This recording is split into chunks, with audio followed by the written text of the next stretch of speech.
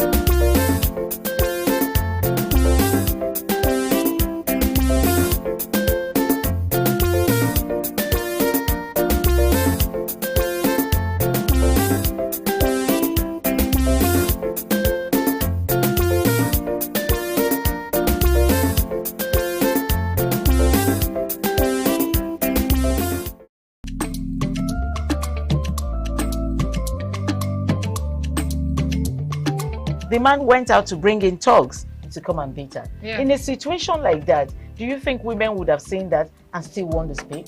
Really, we're talking about. That's what I said. So when they bullied her, Yeah. if she's not bold enough, she will shut up. What is your advice for girls out there that are so desperate to be married? We women, we have to be really intentional about our parenting. If you know a child is being abused, or you see signs, a bruise or a child, it has to be investigated. People barely even breathe when they are going for a shrebi and something. Party. You have to be They can't smart. sit If down. you see where they are dressing them over, dragging on both sides, you cannot breathe. And these women will stay in those events for hours just to keep up with that beauty trend. Is that healthy? That's not healthy. I am Patricia Uremu Gabriels, and we're reaching you live from our Lagos Network studio. Of course, Women in Conversation is a program designed for women to discuss about themselves.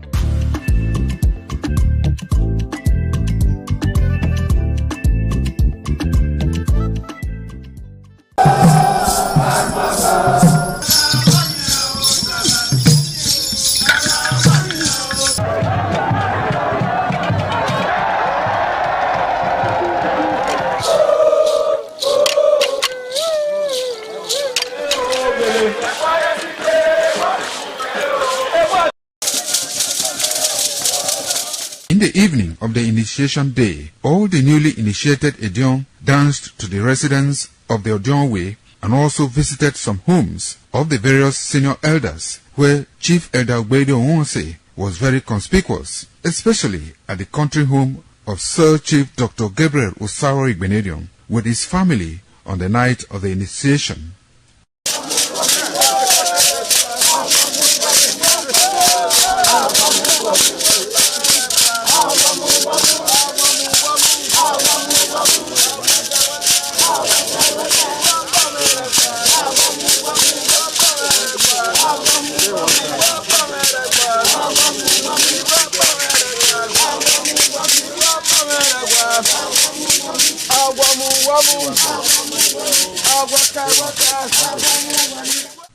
On the following morning, as part of the rite to be performed by the newly initiated Edion in Okada town, the initiates, led by Chief Elder Ogbede Onwonse, visited the Esama of Benin, Sir Chief Dr. Gabriel Osaro Igbenedion, at his Okada country home residence to pay homage and appreciate him for all he has done in the development of the community, which has placed Okada in world map. They also thanked him for his role in the success of their ceremony. They commended the Esama of Benin as a custodian of Benin cultural heritage and for revitalizing the age-long tradition of the age-grade ceremony.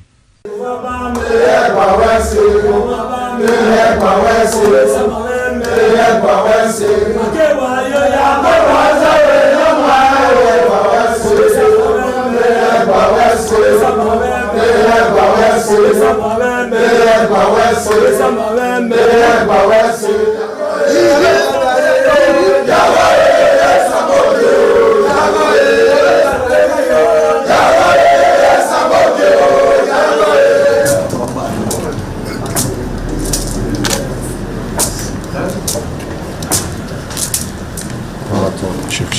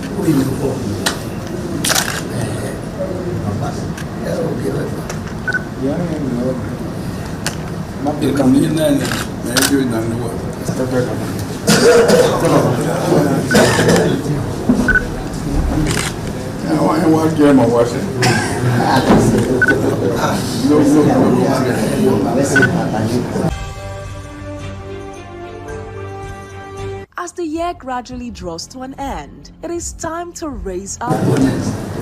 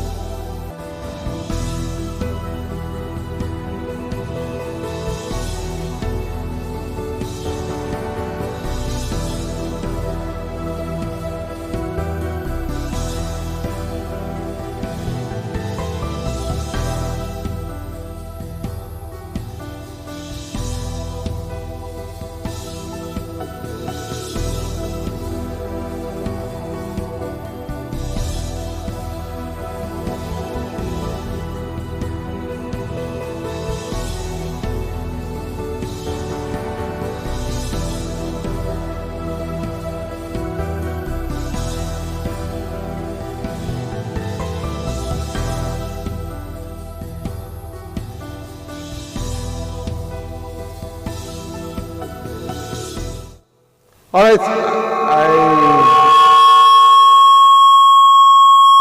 salute everybody this evening for Ika General Day for within Nigeria. And the words now out of the matter and with the register from independent television. We do this every Monday. Just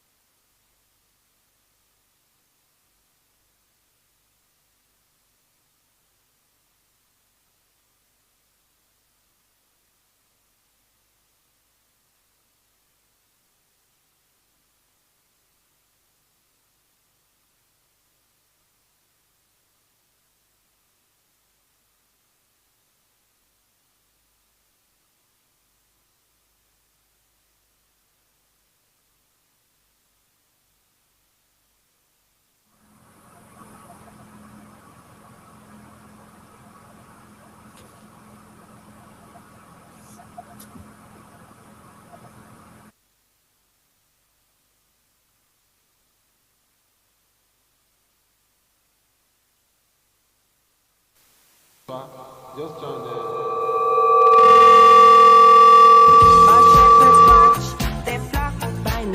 and ITVN Radio 2025 9 Lessons and Carols in conjunction.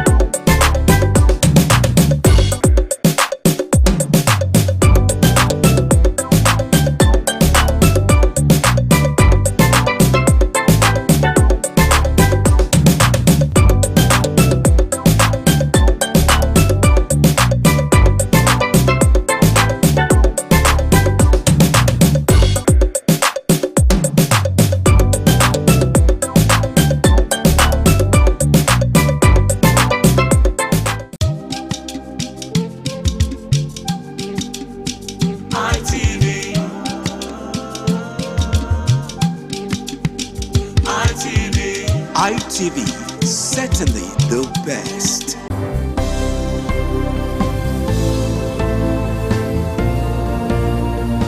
Thank you very much for joining us on the program Healthy Living. What is the kidney? The kidney is an excretory organ in the body, which is for metabolism. Tuberculosis affects many organs in the body, but the common ones it usually affects is the lungs. Epilepsy is a neurological problem. Okay. It is an injury in the brain which causes someone to begin to convulse, to go into fits. It is curable, but the cure is a long-term thing. If you eat well and avoid those risk factors that will make your immunity to be down, then the risk of contacting tuberculosis will be reduced. If you're healthy, then you're wealthy.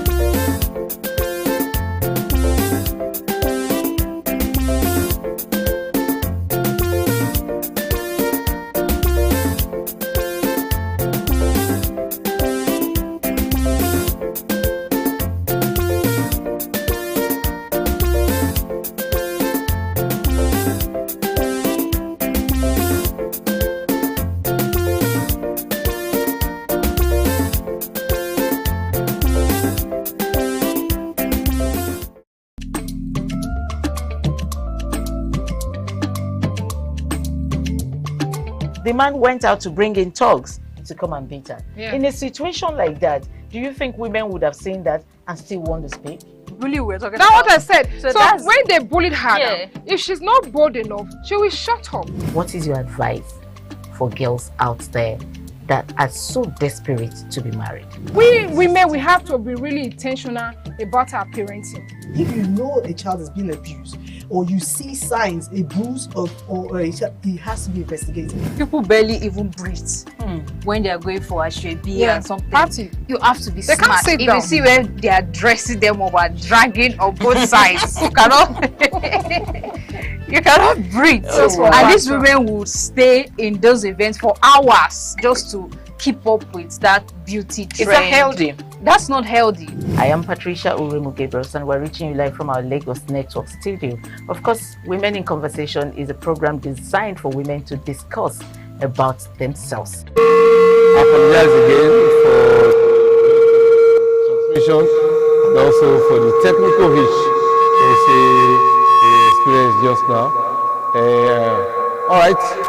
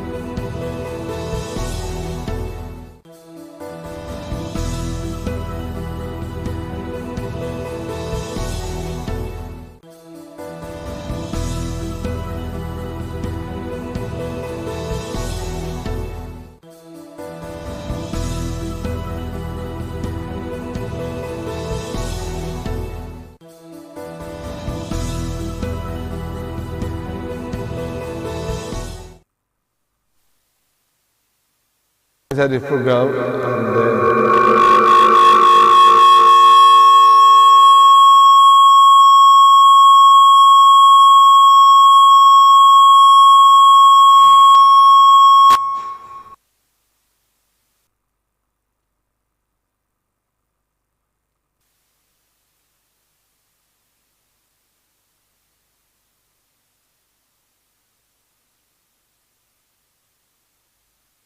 take the issues once more. We apologize for it.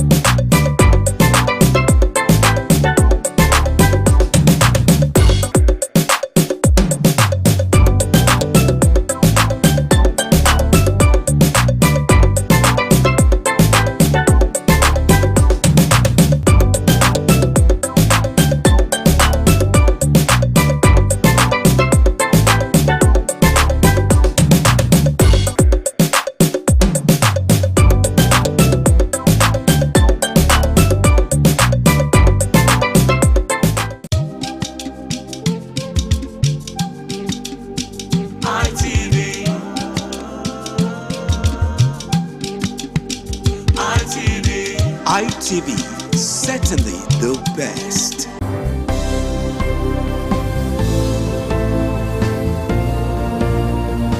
Thank you very much for joining us on the program, Healthy Living. What is the kidney? The kidney is an excretory organ. Certainly the best.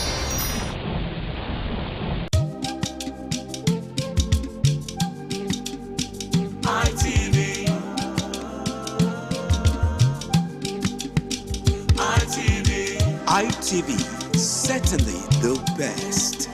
Top of the evening to you, ladies and gentlemen. It's another lovely episode of your favorite men's rendezvous on television, which is the Guys Hangout Show on Independent Television, reaching you live from the city of Bronx. Yes, of course, I love to call it a city where the king is truly king. Now, for starters, the Guys Hangout Show is a show that, teaches men to prioritize themselves and to put themselves first, and of course to invest in themselves, because it's no news that society looks up to men a lot. A whole lot is expected of men in the society, from protection to provision and what have you. Now, if you don't have to give, you really can't give. Just like they say, you can't give what you don't have. So it's very important that men learn to prioritize themselves and invest in themselves. For that is the only way they can actually have to give to others. My name is Harry Aigboje, and of course it's my pleasure to have you join us on this beautiful episode of the show. Now, to take a look at tonight's discourse with me are two beautiful, two amazing, two viral young men right here with me, and together we're going to be doing justice to the topic. Now, to my far left, of course I always love to start with my far left, is someone who is a colleague and also a public affairs analyst. He goes by the name of Michael. It's good to have you, Michael. It's great to be here again. Thank you very much. Welcome, Michael. How's your day been? It's been great. Wonderful. You look great. Thank you, and you too. Thank you. All right, seated next to Michael, seated in between us, is a public affairs analyst as well. He's a member of the family. He's a brother, a colleague, and someone who is very passionate about things that have to do with men and masculinity. He goes by the name of Ramsey Uwaila Abu. Good to have you, Ramsey. Thank you, Harry. It's always a pleasure to be on the show. The show has given us a platform to help correct some of these things in society that needed to be corrected. Absolutely. I mean, it's a pleasure being here to talk about some of these things that affect us, because what better platform is there than this, right? Yeah. All right. So we have a very important topic before us, right? A very interesting one. It's something that has to do with young men and their finances. Okay? So first of all, like I said in opening, a lot is expected of men. So one of those responsibilities that society has placed on the shoulder of men is the need, for them to meet their financial obligations. And what are those financial obligations? Taking care of everyone around them, right? Of course, a man gets to a certain age and then society already expects him to, lift his family out of poverty, so to speak. If he has a mother or a father, he's expected to take care of, them. And then if he has a woman in his life, let's say he's not even married yet, it's just a girlfriend that he has. Yeah. By default, society expects him, to live up to certain financial obligations, like, giving her money for upkeep. And then, of course, there's this maintenance money, right? Hence, you hear some women telling some men that say, can you maintain me? Can you take care of me? Now, we're looking at how relationships, dating, affect the financial potentials of young men of this generation. Now, why is it that when a man doesn't have money, let's start from there, society doesn't seem to, take him seriously? Thank you very much for that. Well, it's quite unfortunate that we're in a system, a society whereby the poor doesn't have no words of their own. They don't have a say. You can't talk. In this society today now, we have many persons that are pressurized. All right. Now, if you don't have money, you can't belong.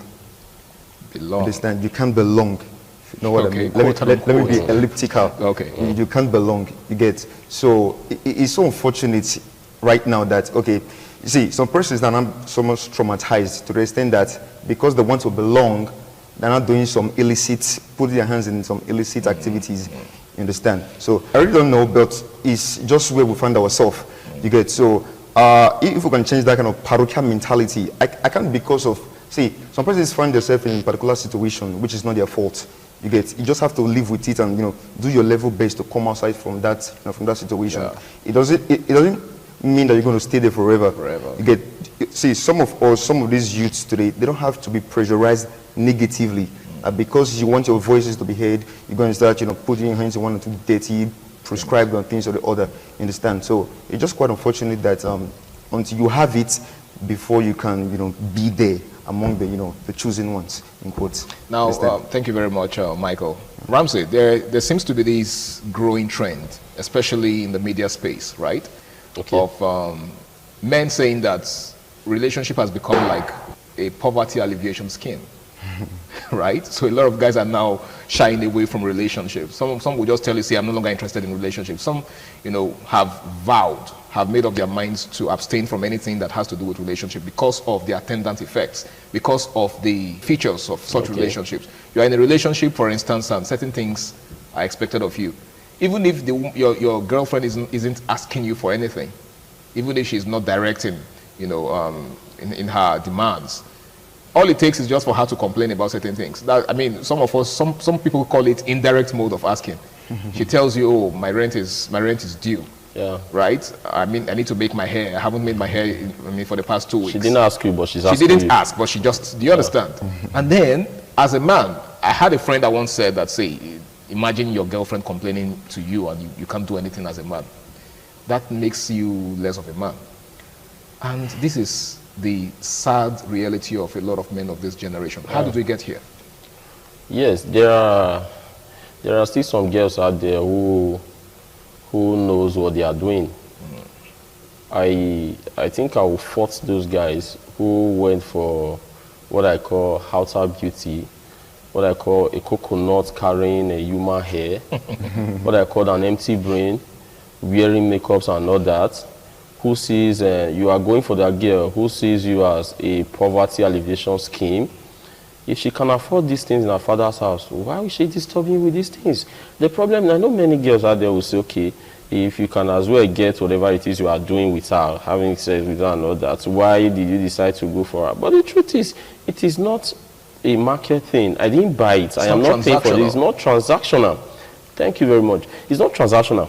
Now, for a man, if you are a man, you should be able to take a stance and say, I will only go for that lady who is career-oriented, who is focused, who wants to do something in life besides depending on a man.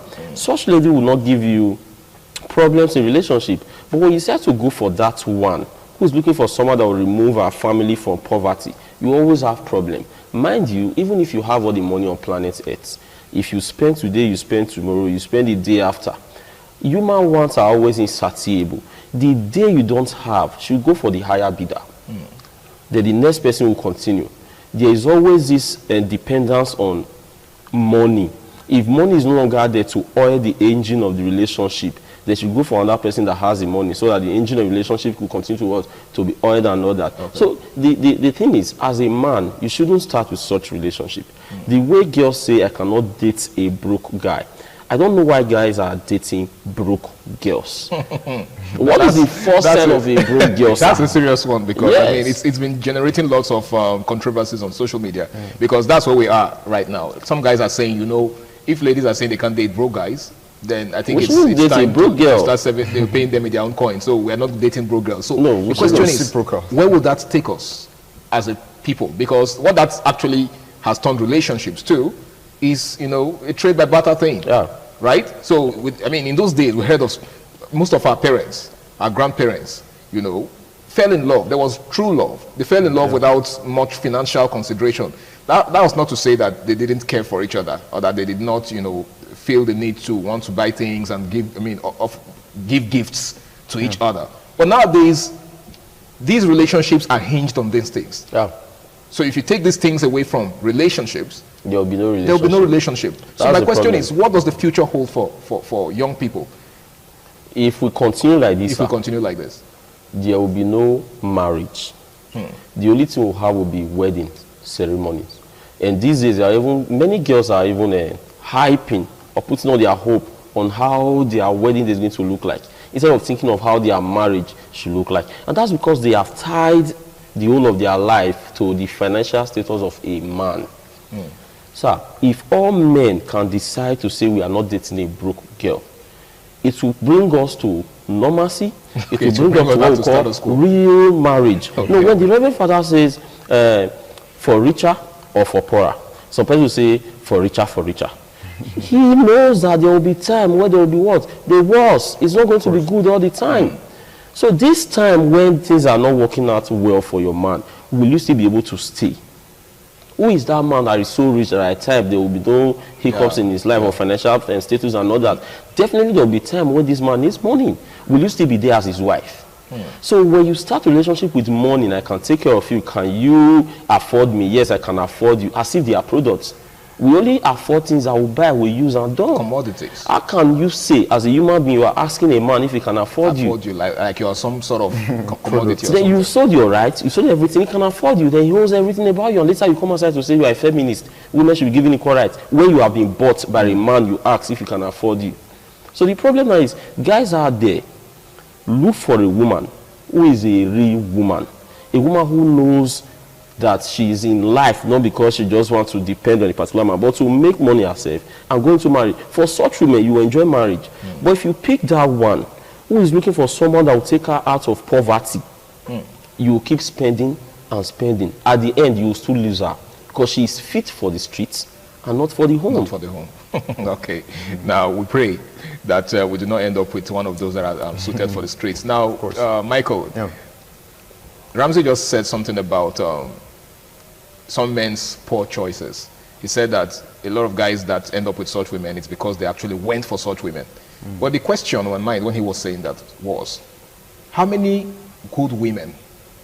Because he said that there are women that do not share that mindset. But the question is, do we have enough of such women to go around nowadays? Do you think so? Do you think we have enough of such women to go around? Yeah, of course. First of all, I think many persons, many of these females, they're living bogus life. You want sports hits at the outset of the relationship. Exactly. When they enter it, they lose their wrapper, they lose their exteriors. Because you begin to see the real color. The real them. Because at the outset of the relationship, because you are a safe piece for them, they will just show you their good side. But when they are in, they begin to show you the terrible part of it, and you start wondering, like, I don't understand, is this the person that I was with? You know, like from your question, you said, are there good women, enough good women to go around? Yes, actually there are good women to go around. So you think men are looking in the wrong places? No, the thing is that actually there are many women like that can go around. But you see, most guys today, they go for what they see. They're looking for voluptuous women. Oh wow! Like when I take this girl out, people be like, wow, you really select. Wow. They're not looking for the interior. Just check out for the lady's eccentricity, how she behaves. Is this a lady or a wife material? So you're saying, in essence, that some guys are more interested in the outward appearance. Of course. You know, like you just said, some of them have this mentality that, I have to pick a girl that will suit my personality. Good. The type that, when I step out with her, everybody will be like, wow, this guy chose well. That is, because of this parochial mindset, they're looking for who they can showcase, who they can flaunt outside, like this is somebody that chose after. You get, so that kind of thing. Now that woman, she knows this is why you actually chose her. Okay. You get, but she wants you to keep feeding her like that. She maybe start threatening you, like, if you don't, I have other persons that I can go and be with. You understand? So because of the parochial mentality at the outset, you get, so there are actually many of these women to go around if the boys choose relax, to look the right way, to look the right direction. There are actually very, very many to go around. Understand? Now, Ramsey, I think, because a lot of times we accuse women of being too materialistic, right? So what you guys have said now is actually, it actually puts men in the same category. Because, if women are looking for superficial things in men are also looking for superficial things in women. Like the question could also be, are there good men to go around? Okay. We only have few. The kind of men we have these days are men who like flashy things. Who, like he rightly said, who love voluptuous women. Women who they will present and their guys will like, you tried, you are a man and all that. But without thinking about the character, the content of this woman. But then there are beautiful girls out there who also have good character. If boys actually calm down, look, see, for everything there's a reason, right? So at the outset of everything, look out for is this the kind of, like you rightly said, is this the kind of person that will give me peace of mind? See, heaven is a place of splendor, but there was war. So in marriage, no matter how rich you are, there will still be, some sort of problems, you understand? So this particular girl I'm investing on, will she become a liability on assets? That should be the rhetorical question you ask yourself. Should become a liability on assets. That's $1 million question right there, because I think this is a question that a lot of young men don't ask themselves. Okay, they are easily carried away by the superficial things, the glamour, the glitz and glamour. She's a fine girl, she speaks well and all of that. Ramsey asked the question earlier, how long will they sustain the relationship? What happens when the wrinkles begin to set in? What happens when she's no longer that beautiful girl that you met the first time? What happens when all of these things begin to change? Will she continue to be that person that you met that first time? Now, Ramsey, what do you have to say about what the question I asked him? Now, the fact that a lot of guys really can't give a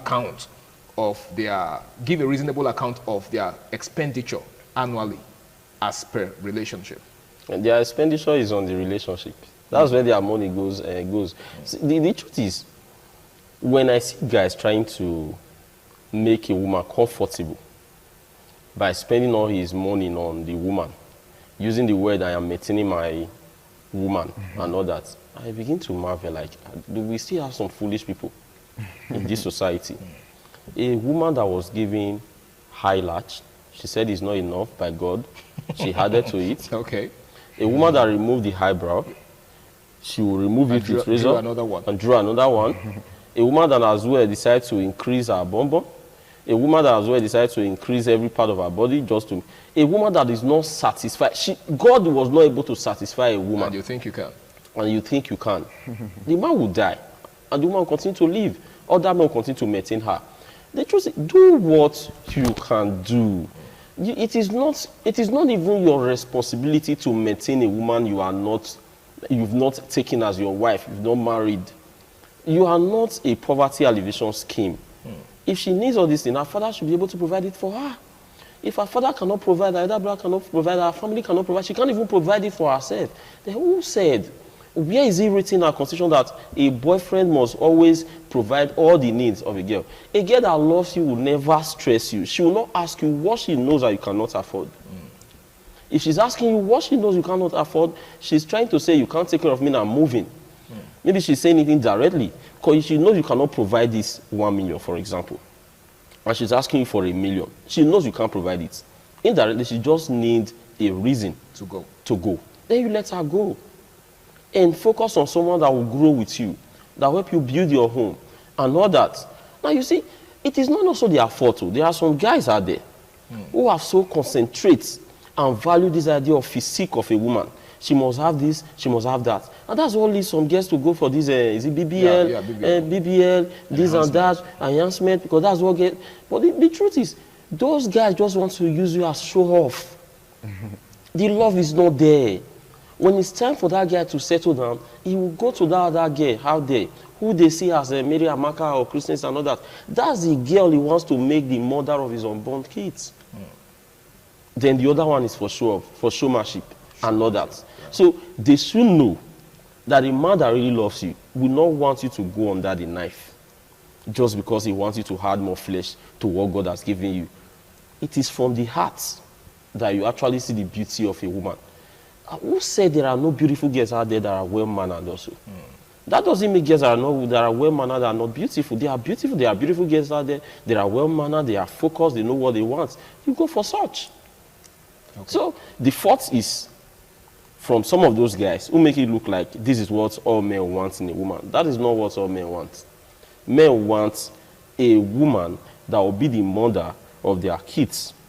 You've drunk with a man, you smoke and shisha like a dragon with him, you've done different things with him. once it's time for marriage, the man will remind you of your past life and say, I can't marry this woman. And then you I say, am all going for men- this. all And you men say, are all the men same. are scum and all men are the same and all that. You've forgotten when he was paying you for it.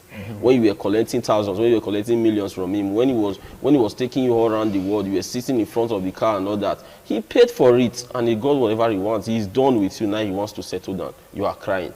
So girls out there, I think they should see beyond just outer beauty and start working on themselves.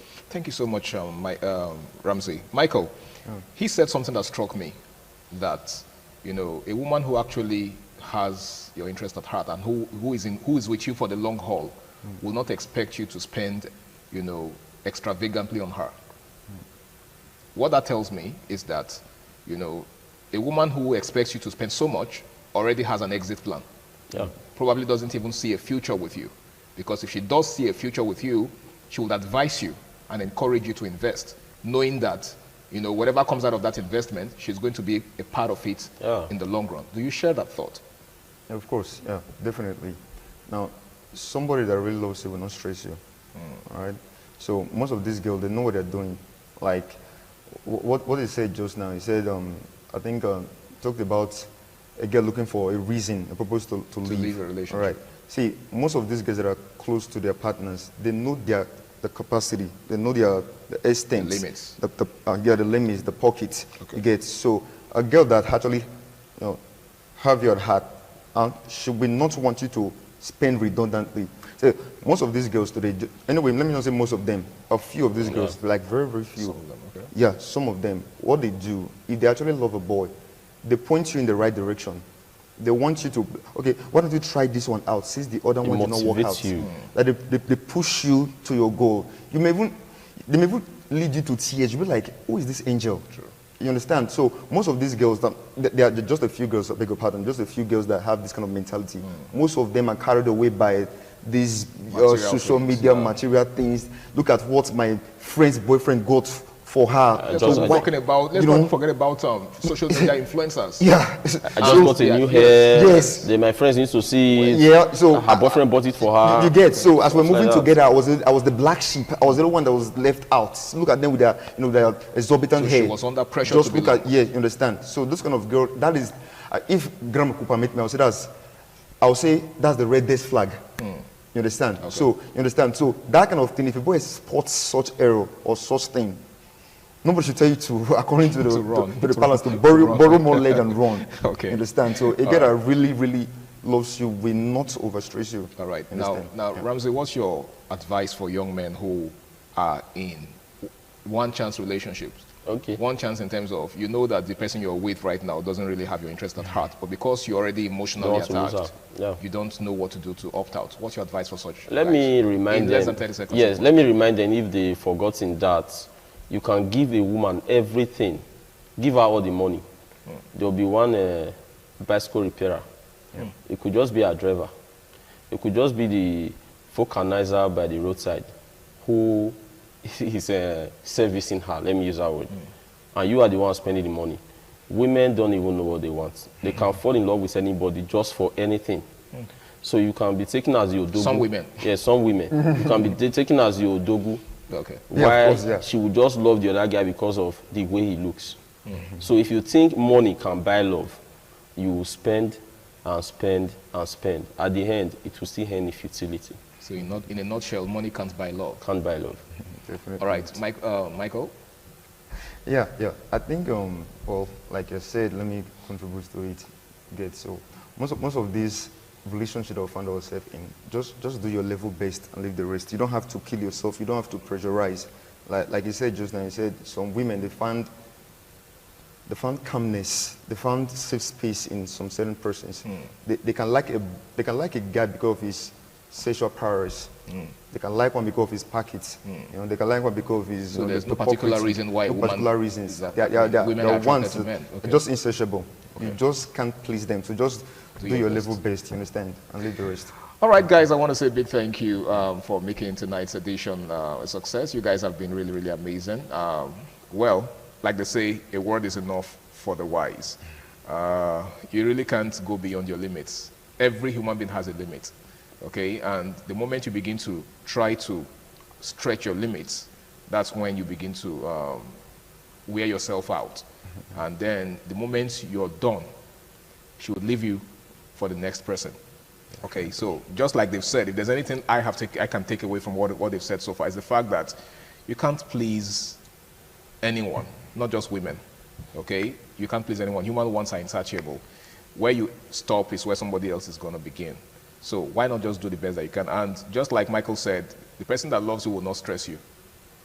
Seriously, whoever loves you will not stress you. If that person you are dating is stressing you, just know that the person is not for you. And you'll be doing yourself a world of good to walk out of that relationship. It's been the Guys Hangout Show on Independent Television. I want to say a big thank you to each and every one of you out there. A big thank you to the gentlemen in the house for making today a success. My name is Harry Agbo J, and until I come your way again, same time, same station next week, ensure you make every single day of your life count. Do have yourself a beautiful night rest. Bye for now.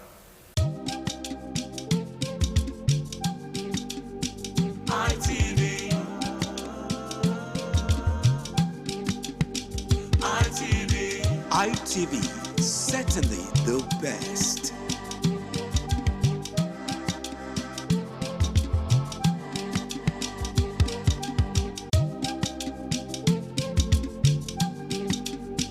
ITV.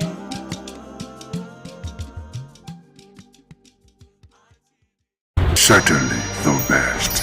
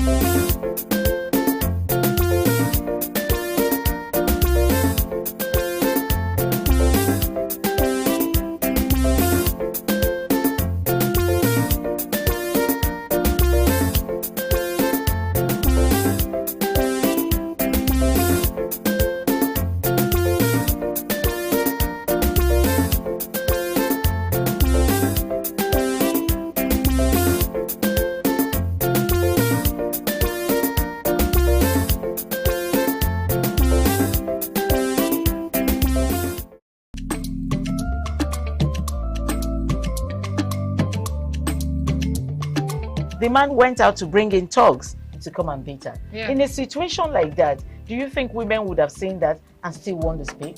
Really, we're talking That's about... what I said. So that's... when they bullied her, now, if she's not bold enough, she will shut up. What is your advice for girls out there that are so desperate to be married? We women, we have to be really intentional about our parenting. If you know a child is being abused, or you see signs, a bruise or a child, it has to be investigated. People barely even breathe when they are going for a shrebi and something. Party. You have to be They smart. can't sit If down. you see where they are dressing them up and dragging on both sides, you cannot breathe. And these women will stay in those events for hours just to keep up with that beauty trend. Is that healthy? That's not healthy. I am Patricia Uremu Gabriels, and we're reaching you live from our Lagos Network studio. Of course, Women in Conversation is a program designed for women to discuss about themselves.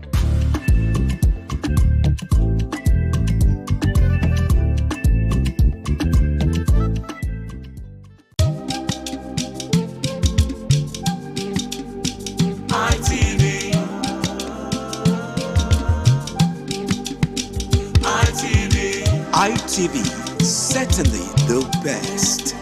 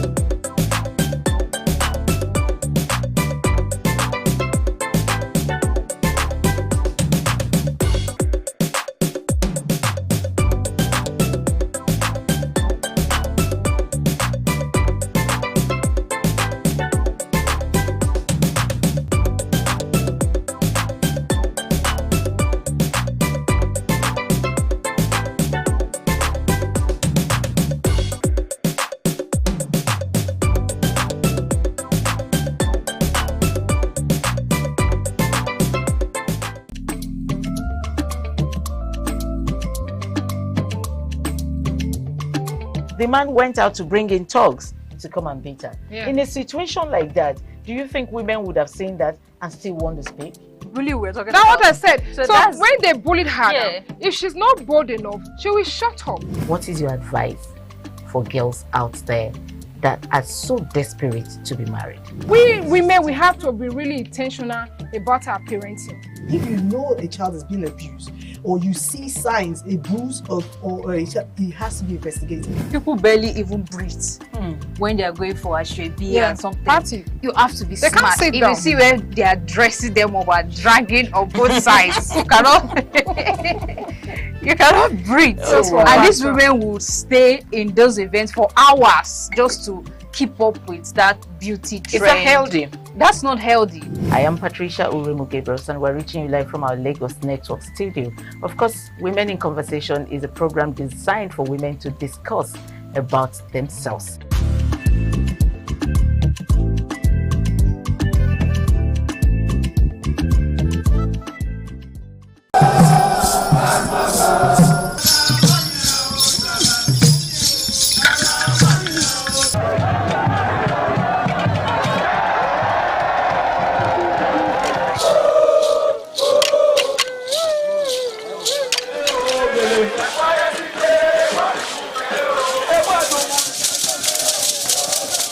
The Ekoko masquerades from Ute village, whose cult is connected with Obaeware and his mother, Elere, appear on this occasion to bless the Oba. Ekoko is a ritual masquerade that dances to please the guests and the Oba.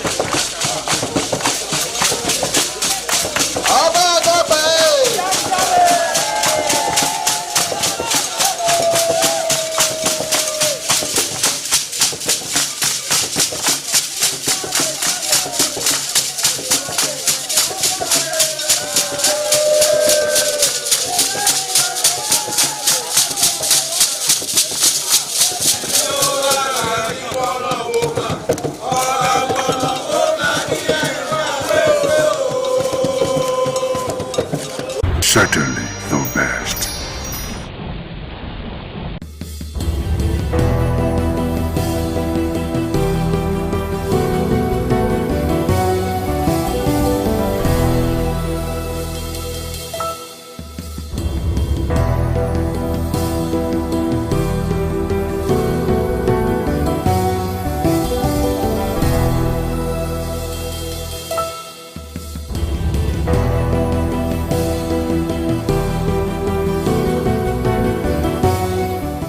Hello, welcome to Viewpoint on ITV. I am Caroline Okonji. According to the new law on kidnapping passed by the Edo State House of Assembly and also signed by the Governor of Edo State, Governor Monday Okpeolo, on any house found being used for kidnapping activities will be demolished. For that reason, we're going to be going out on the street to sample people's opinion, hear what they have to say about the new law. It's a Viewpoint on ITV.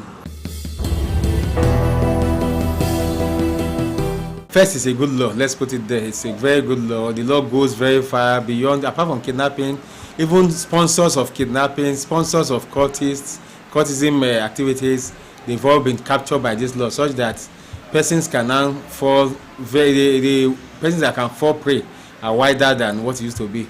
But again, that law on its own will put more jeopardy or put more persons in jeopardy as it is right now, because you can't really tell what your tenant is doing in your house. That's why in these days of building houses and leaving it to tenants where you don't have landlord living there, it's not every time the landlord lives there. I have houses that I manage today that I only visit maybe twice a year. The owners are outside this country, they are abroad. I put tenants there. I have given them the place. They are within their rights by law to enjoy peaceful possession by law. So I cannot even go there and just say I want to open their door. That I suspect anything, I cannot. So you see, it's a law that we need to also look at the implementation. I would have thought that bringing in this law, we should also amend our tenancy laws. We should amend our housing laws such that if you suspect, not even the landlord alone, if anybody in the street suspect that the persons living in that house, they are carrying out activities that fall under this law, those people can have proper recourse, people they can recourse to, and report to, and remove such persons from there before it becomes a situation where the house itself has to go.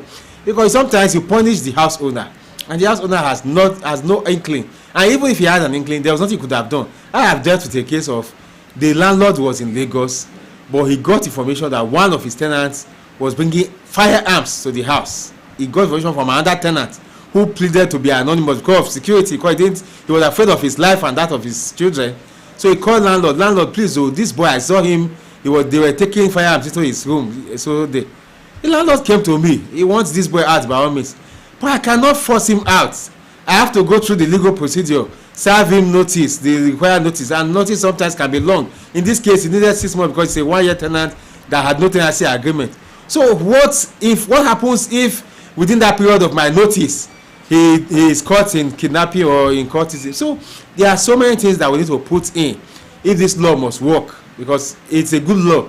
But like I said, we need to also bring in persons who have operated under this environment before and to tell us what they feel can be done to better operate that law. Firstly, if you go to the police, they don't have records, so remove police from the issue. They don't have records.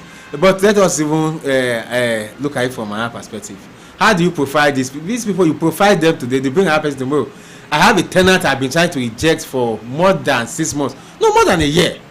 Each time we file, before the matter gets to the stage of judgment, they change one of the members of the court. We have to start de novo. We started de novo in the matter. My matter has been struck out twice.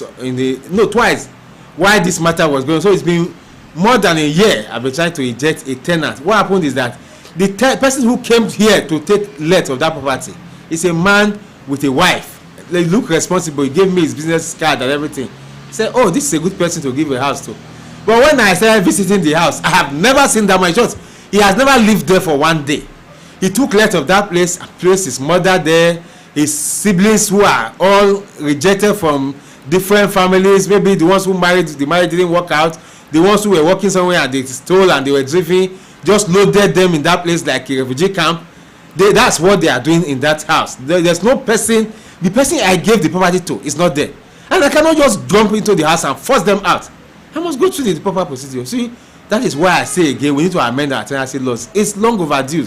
The tenancy law we are using here, we inherited them from the white people, the British people. And these people we inherited these things from, we copied from, let me not use the inherit, we copied from. These people, they have amended their own self such that today, if you want to eject a tenant from a house, you no longer need to go to court, because this is our system of you have to go to court, you have to give notice and go to court. It's too long. We can have a simpler system that says, oh, before you issue notice, come and take the notice from court so that we know that you actually issued it. Go to court, pay for the notice in court, let the court believe, go and serve it. Once the period expires, if it's 1 month, if it's 2 months, if it's 3 months as the law provides for, once the period expires, the court belief will go and eject the person without having to come through trial system anymore. First and foremost, I must commend the House for the law they passed. Also for the governor to assent to it. Kidnapping is rampant because there are connivance. There can be no kidnapping where there is no place to keep the victims. If a house is used as an object to aid the offense and the kidnapper is sentenced to death, why should the house exist? It's like saying an armed robber convicted for robbery, but the gun he used can be given back to the owner. They are what they call it, instrument used for the commission of the crime. They should go. As long as there is no place to keep kidnapped victims, people will not indulge in it. Most of these landlords know what they are doing. You see a man who has no job, want to pay you a house of 500, is prepared to pay you 2 million. You don't find a source of job. Where did you work? You have no job, you have no wife, you have no child. You are only interested in the money. I think it's a welcome development. So people will now be cautious before they give out houses to people. I saw the one they did in Ile, saw the one they did in Onwa and in Rumi, and on the television. In the television, I think this is a welcome development. It's like those days under the custom law. Any instrument, a motor used to drive goods that are not licensed, forfeited to the federal government. I don't see anything wrong with it. Let them demolish them so that people will be cautious. At least, this is not kidnapping is a menace in the society. If you can go to the camps and destroy the camps where the Fulani are staying in the bush, why not destroy the one they are using in the town? I think the landlord should ask the property tenants to go and depose to affidavit and give a copy to the police if there is any reason to protect the landlord. What job do you do? What's your age? Where do you work? Perhaps, I know if a lawyer wanted to get an office in Benin, a landlord said, I want a senior lawyer to certify that you are of good character. I have to, personally, because to undertake that is of a good character before the landlord gave him the house. And that is the essence of it all. The idea of overnight riches, kidnapping, it's not best of it all. I think people, before you give a house, tell the people, go and depose to affidavit for the job you do, give a copy to the DP of your area so that I can be protected. In the absence of that, you are not accomplished. The recent law that have been passed by those state House of Assembly that tend to checkmate and address the activities of criminals in the states, ranging from kidnappers, armed robbers, cultists, etc. It's a very sensitive and at the same time a complex issue that we are dealing with. Again, everything that have advantage has disadvantages. This law perhaps were made in good faith. There is one thing to make law, there is another thing to implement these laws. I want to advise that these laws should be implemented with human face. Like I said, if any property, as is stated in the law, is used to carry out crime, it should be well investigated before actions of demolition can be carried out. Because it is possible that a criminal, being a kidnapper, could be residing in a house of persons who is not in any way involved in the said crime. For instance, if I'm a landlord, I rent an apartment to a tenant, I don't know what that tenant do. Perhaps the tenant is a civil servant. We have seen a uniformed person, security personnel like the police or army personnel involving in kidnapping and armed robbing. If as a landlord you now rent an apartment to such person, should you have anything to worry about? No. But if unfortunately the person now indulge in criminality, should that mean my house should be destroyed? It's a very big issue, and we are very concerned about this aspect because it could happen to anybody. So as such, we are advising that the government should enforce this law with human face, not to enforce it with any intention to victimize anybody. And before there should be any form of demolition of any house, there are procedural processes of investigating crime. There are aspects that the judiciary, the court will have to come in to find a person guilty. You can't just say, Comrade Curtis Ogbebo is alleged of kidnapping, and you just carry out such an exercise to carry out a dozer to go and put down my house when the process is provided for in the law has not been followed. The process of investigating me, if I'm directly involved in the crime, try me in a court, giving me an opportunity to defend myself in court. It is only when I am found guilty that such action can be carried out on me. When that is not done, I don't think such actions is just enough. It negates the procedures, the procedural norm provided for in the law for prosecuting crime. So in all, while the government is making efforts to checkmate, to reduce the crime or deal with crime, the government should also consider the innocent persons that could be victimized in the process. So we advise that the government follow due process in fighting criminality in the state and other part of the country. Nigeria as a country does not have a database that contains the information of the citizens. So from where and how are they going to document or profile tenants? If I'm being invited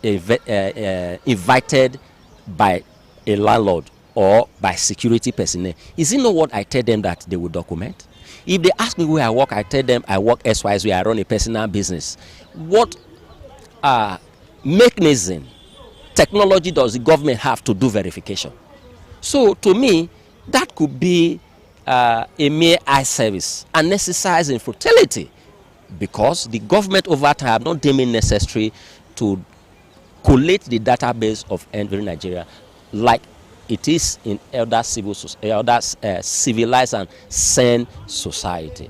So it's going to be, like I said, it's a very sensitive and complex issue. So the government have to take step by step to address this issue so that we don't exacerbate and the process victimize innocent persons.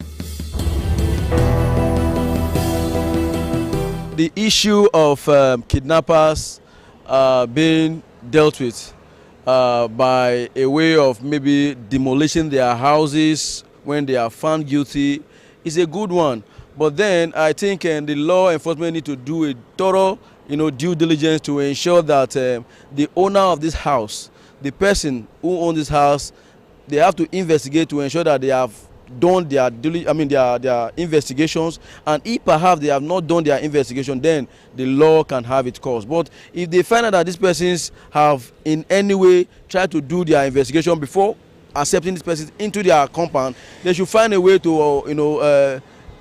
help the situation, because we cannot tell somebody who have taken his time, maybe his hard-earned money, maybe even his last money to build a house, and then you demolish the house because the person gave it to a wrong person, and not the fault. I mean, it's not the fault of the owner of the house. So I would advise and I would suggest that yes, it's a good idea, but let's ensure that investigations are done properly, very properly, before anything of such is carried out. Because yes, some landlords will be aware, perhaps because they've had agreement or understanding with these kidnappers, and they will not overlook it because of the money that they are getting. So if you find them guilty, I agree that their houses should be demolished totally. I want to first and foremost commend the State House of Assembly for taking the bull by the horn, because kidnapping has assumed a very worrisome dimension. At the onset, it was like kidnapping expatriates, and then they proceeded to a large-scale kidnapping citizens. Now it is like kidnapping the poor, even the poor of the poorest. And that, of course, is a call to a serious action from the side of the government. But be that as it may, we should not forget that there are factors that necessitate this action behind the persons who are going into that venture of kidnapping, because it is now becoming a business to some persons, forgetting that they should be aware that kidnapping is a crime and every crime must be punished. And so that is why I said I want to give kudos to the House of Assembly for being able to come up with this laudable idea of passing a death sentence. I think that is a bit okay. But looking at the aspect of demolishing the houses, where this kidnapper used to keep their victim. I want to say that first and foremost, some of these kidnappers may not keep their victim in a house where they themselves have rented. They can use some abandoned building, they can use some dilapidating houses, and at most time, the owner may not even be aware that their houses are being used. So I think the government should look at that portion critically, because when I saw, I think through the social media, the demolition of a house in Uromi, where the kidnapper were using as a hideout, or where they were keeping their victims, I felt, well, it may be good, but if the owner does not authorize the kidnapper using his own place for such, I think that area should be looked into by the government, especially with this our present day, investigating aspect. They want to carry out quick prosecution, and sometimes the investigation may be so shoddy that they cannot even go to the extent of getting the view of the owner of the house if he actually was aware that such person is using the house for kidnapping purposes. Again, I think it will put every landlord on their toes, so that in case you are bringing somebody into your house, you should be able to look at his character and what he's doing for a living. And like some person said, it should be profiled, involving the police to actually look at this person, how he makes his money, what business he's doing, before you can actually give out your house to persons for use or for rent. Especially a house where you don't live as a landlord or a landlady. You should be able not just give it to agent and then allow the agent to do some fast job because they need their own agency fee, and put people of questionable character. I want to say here and now that the government should do more than what they have done now by looking at the factors that necessitate kidnapping. We are happy first that we have a government that is putting things in place to help check insecurity, because the issue of kidnapping had gone beyond the ordinary. So every responsible government will want to put everything in place, in short, to control it. And with the new law, more especially the one that is a little bit causing for worry for some, especially landlords who give out houses, to people. Some may tell you I'm a dry cleaner, and at the end of the day, he or she does something else. And some are informal to kidnapper. Some are not even physical at the point of kidnapping, but they are the main masterminder. It's quite unfortunate that it does happen like that. But the also thing is that somebody must also pay a price. And that is going to put everyone on his toe, that you must now know the people you give house to. And in some cases, I think the law would have gone further to investigating the property of the parents of those people. If the person is a tenant somewhere, and you can really find out this is his father's house, this is his mother's house, if he does not have his own house, maybe the demolition should go towards those properties, instead of the one that sometimes the landlord gives out his house through an agent, through a lawyer, and the landlord lives in Lagos, lives in Abuja. Or you just do, because we now have a new tenancy system where you consult an agent that I want to lease my house, and you are far away, you are abroad, you build a house here, a lawyer helps you to give house to people. All that they are concerned about is getting their own agent fee, and they give the house out. At the end of the day, you now say one of the tenants was a kidnapper, and the house is being demolished, and someone somewhere in UK have been working in mortuary, doing restaurant work, doing some very mini job to get that property done. It really can be painful. But I think there should be a furtherance to this. There should be some clause to be amended at this level. I think so, because just a law that has been passed, and it can as well be amended to advancing it first, profiling after getting the corporate, profiling the person's parents' property. If he or she doesn't have, then that property can be faced first. More especially in the cases where the landlord does not even reside there. It will be understandable that you don't expect where I don't stay, I should know more about the activities of the person staying there. So being a fan of the governor, I appreciate what he has just done and the House of Assembly for passing this and the governor assigning it. But I think we can go further by what I have just said, so that those who are not in any way involved will not be a casualty. But if it's the property of the person that is involved, that he has a property, no question should be asked. They can go there and demolish it the next day. But in a situation whereby somebody is renting someone's house, the landlord does not stay there, or he knows that somebody says he's a medical doctor and he's renting my house and he pays my own fee, that is all that people are really concerned about. So please, I think there should be some amendments to that section. I think the government can have, a direct intelligence team attached to government house, either the office of the special advisor to the governor on security matters, or maybe another department within government that have to do with security. Then those consultants are just there and they are experts on this, and they will be independent people, not Nigeria police. I think the police is overwhelmed with a lot of issues. Adding this to their own, they can just even be in a hurry and get the possible results in order for them to go back to the office and continue with the normal case they have in their table. So I think independent security consultants can be better, if not the DSSS being involved. So far so good. We've heard all they have to say about the new law on kidnapping being passed by the Edo State House of Assembly, especially in the aspect of landlords profiling their tenants before giving them house. Some are of the opinion that it is achievable, while some are saying it is not achievable. But in all we need to do as citizens is to put our hands together and work with the state government to be able to achieve this single purpose. It is Viewpoint on ITV. I am Caroline Okonji. Bye for now.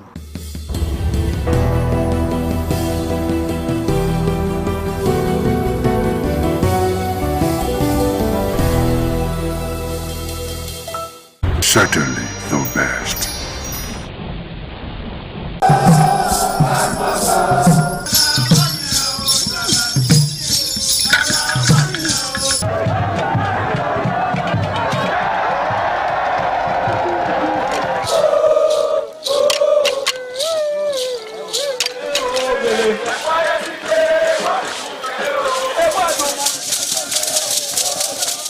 The Ugewe is the final ceremony of the series of festivals.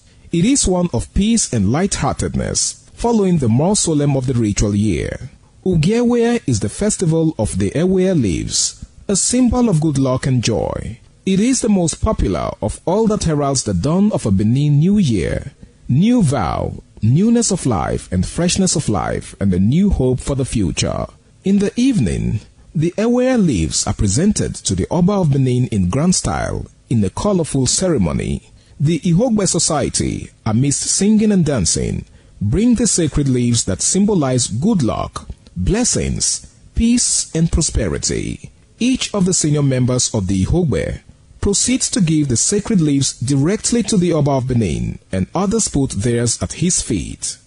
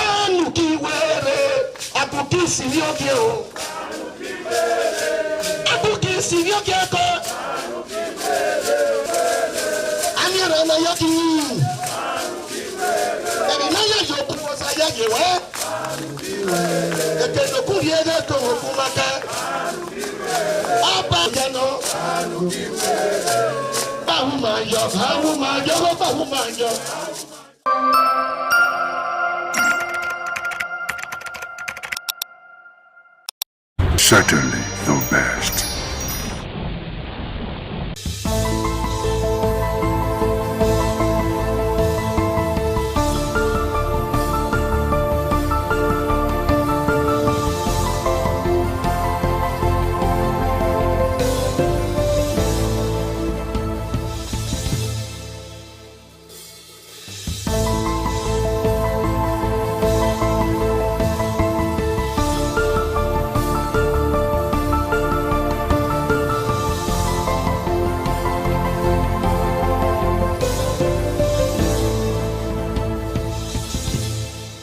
Hello there, thank you for joining us on this special interview series on independent television. And I'm Sonny Duke Okosun. Our guest today on the program is the Ambassador of the European Union to Nigeria and ECOWAS. As a matter of fact, the Ambassador of the European Delegation to Nigeria and ECOWAS, His Excellency Ambassador Gauthier Mignon. Thank you for obliging us your time. Thank you very much for your kind invitation, sir. Okay, how would you describe your presence in Benin so far? Is this your first time in Benin City? Actually, it's my second time, but I came in a private visit the first time because I hadn't presented my credentials yet to Mr. President, so I could not engage officially by the time. So this time it's the first official visit. And I came really with an intention to see how, to review the cooperation we are having with Edo State and to try to see how we can scale it up. But I took the opportunity to visit yesterday to participate to a private preview of the Museum of West African Arts here in Edo State, which is a project that I already saw last year when I came first to Benin City. So how would you describe the level of partnership between the European Union and, of course, Nigeria, and particularly Edo State? Well, with Nigeria, the European Union, together with its member states and its development banks, what we call Team Europe, I think is the first partner, is Nigeria's first partner in many areas, in trade and investment in particular, and also in cooperation in many areas. And we have 730 million euros in grants for bilateral cooperation with Nigeria between 2041 and 2027, plus also sizable amounts of loans, subsidized loans. And with Edo State, we've had good cooperation in several areas. I'm thinking in particular of support to migration governance and support to stranded migrants returning to Nigeria, and many of them are from Edo State. And in the last few years, we supported more than 23,000 people to come back and reintegrate into their communities nationally, and many of them in Edo State, just to name an example.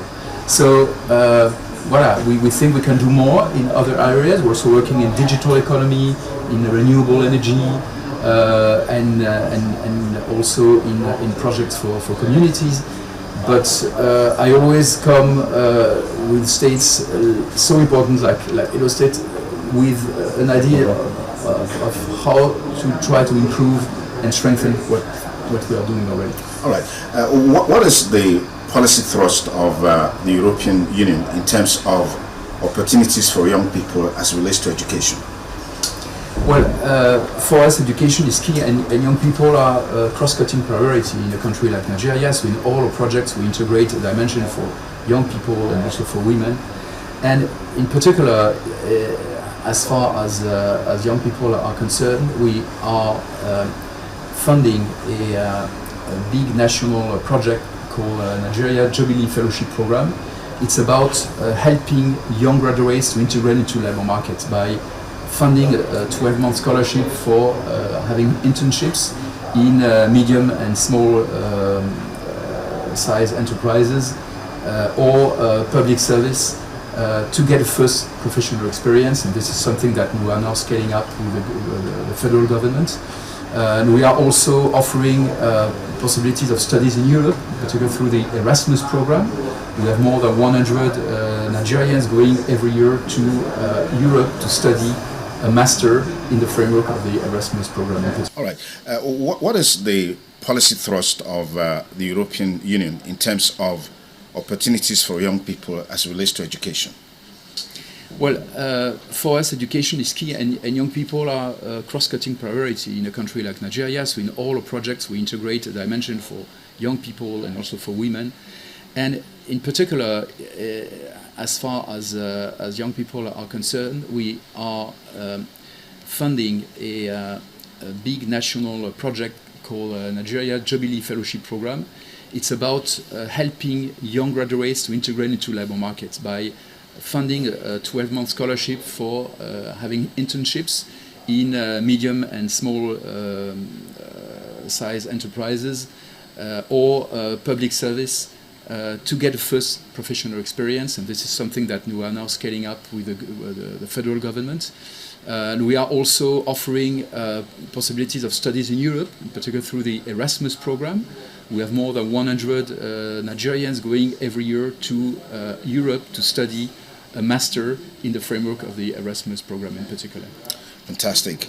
If you just join us, we have with us the ambassador of the European Commission delegation to Nigeria and Africa, who is in Edo State currently on a private visit, engaging him on a wide range of issues, looking at the partnership between the Commission and Nigeria, and particularly Edo State. Ambassador Mignot, let me quickly take you on a trending issue in Nigeria right now, which has to do with violence, extremism, and the talk around genocide against Christians is gaining momentum across the world, particularly in the US and several other places.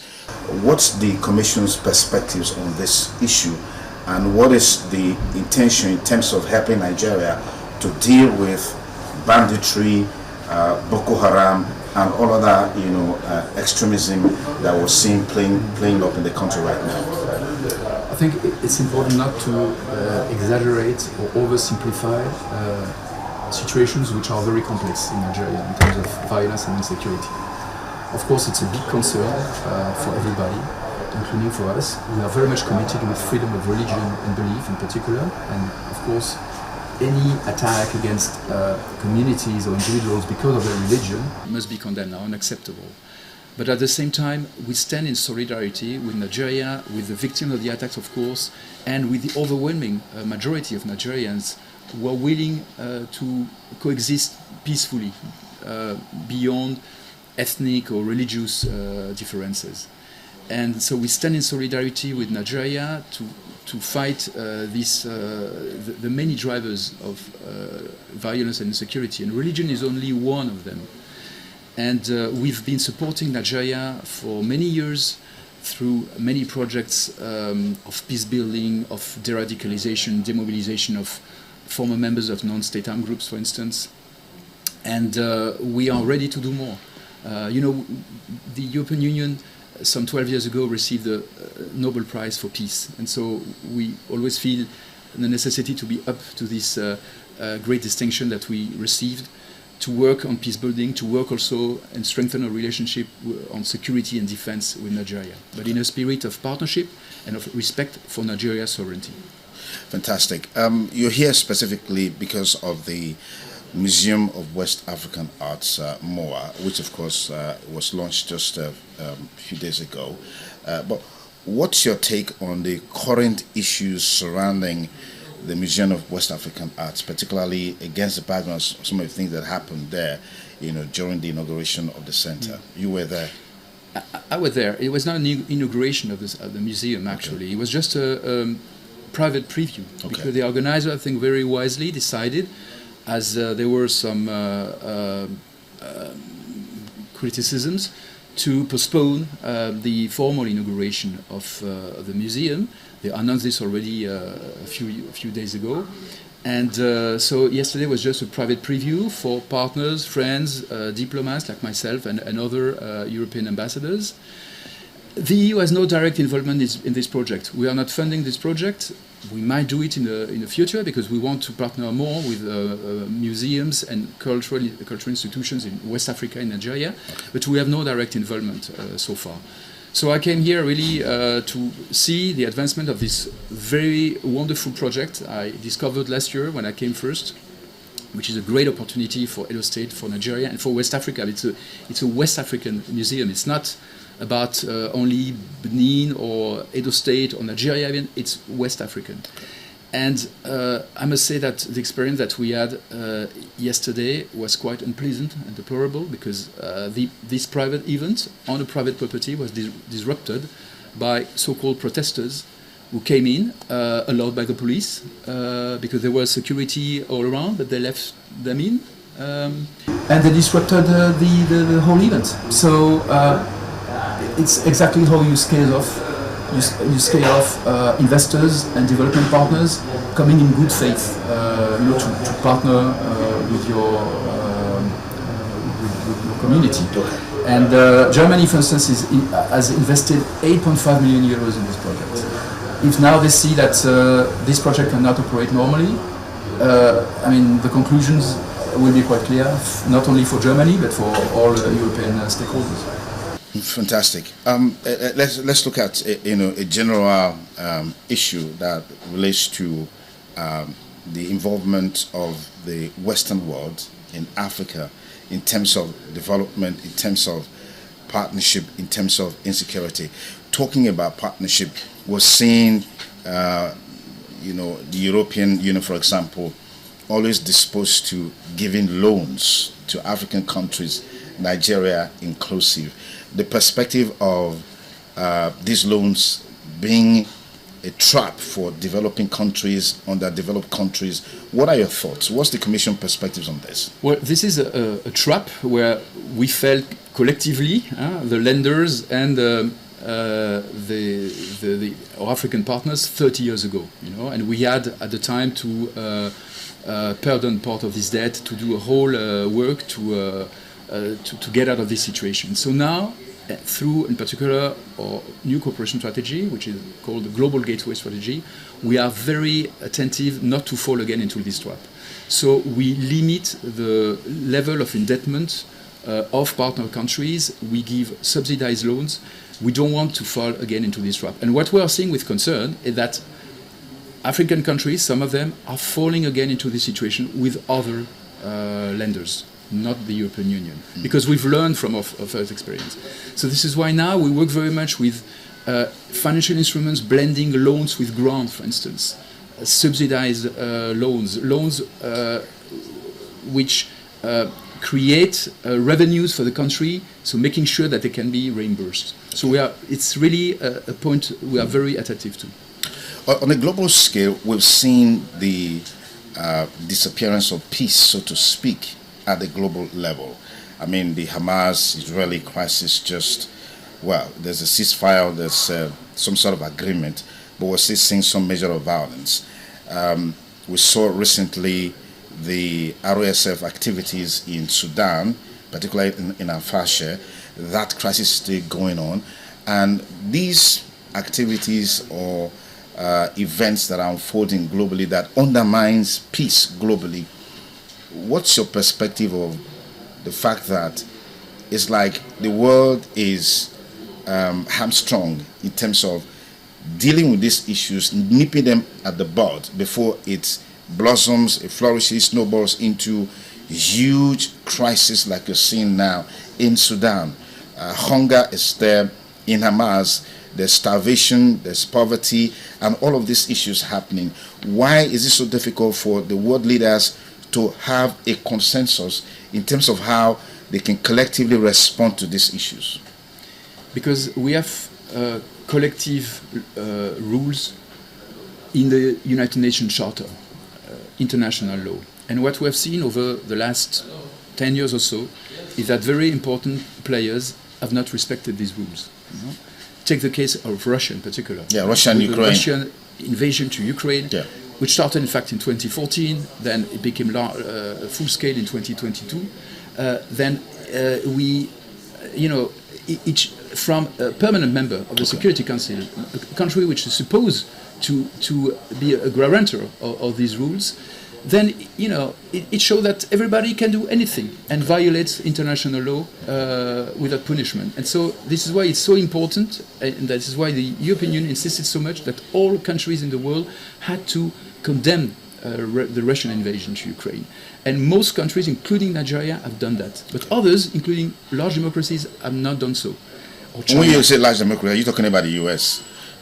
The US has done so, but others have not. And then, other crises also popped up. And then when the law starts to be broken here and there, it just becomes contagious. Ambassador Gottner-Mignot, thank you so much for your time. Truly appreciate this conversation. Pleasure. Thank you, sir. Okay, I've been talking with Ambassador Mignot, who is the head of the European delegation to Nigeria and Africa, is currently in Edo State on a visit, and we've been engaging him on a wide range of issues. Thank you for staying with us, and have a beautiful day ahead. Bye for now.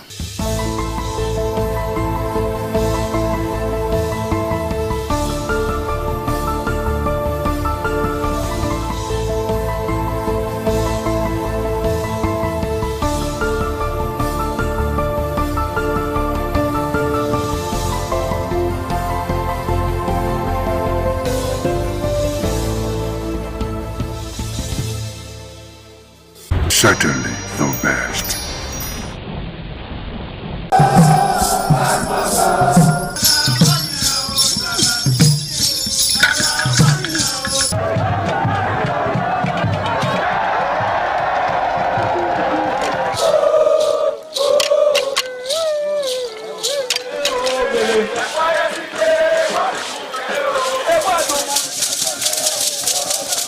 The Ekoko masquerades from Ute village, whose cult is connected with Obaeware and his mother, Elere, appear on this occasion to bless the Oba.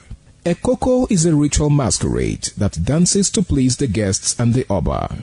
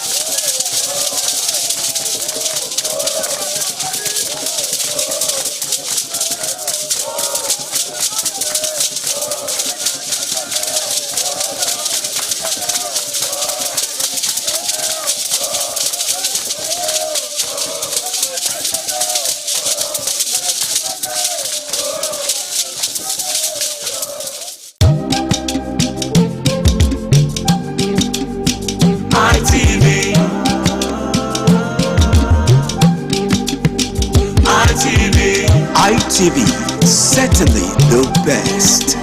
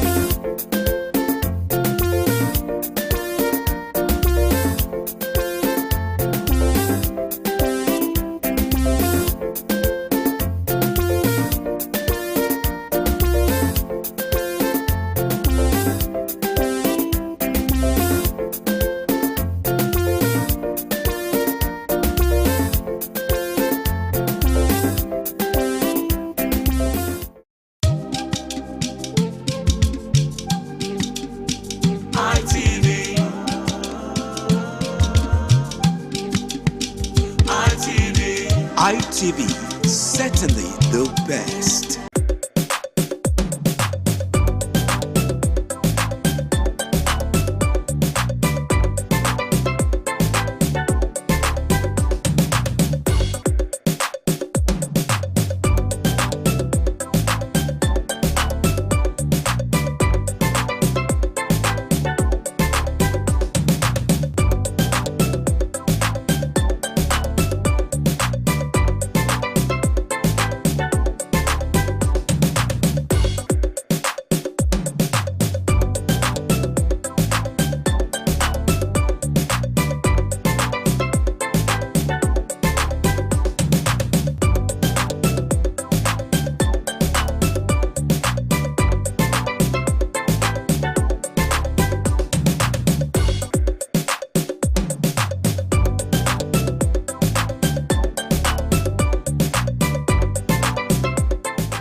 Certainly the best.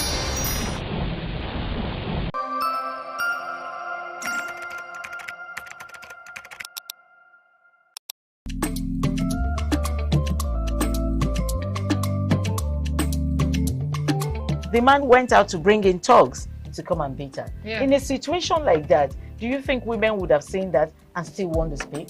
Really, we're talking That's about what I said. So that's- when they bullied her, Yeah. now, if she's not bold enough, she will shut up. What is your advice for girls out there that are so desperate to be married? We women, we have to be really intentional about our parenting. If you know a child is being abused, or you see signs, a bruise or a child, it has to be investigated. People barely even breathe when they are going for a shrebi and something. Party. You have to be They can't smart. sit If down. you see where they are dressing them up or dragging on both sides, you cannot you cannot breathe. And these women will stay in those events for hours just to keep up with that beauty trend. Is that healthy? That's not healthy. I am Patricia Uremu Gabriels, and we're reaching you live from our Lagos Network studio. Of course, Women in Conversation is a program designed for women to discuss about themselves.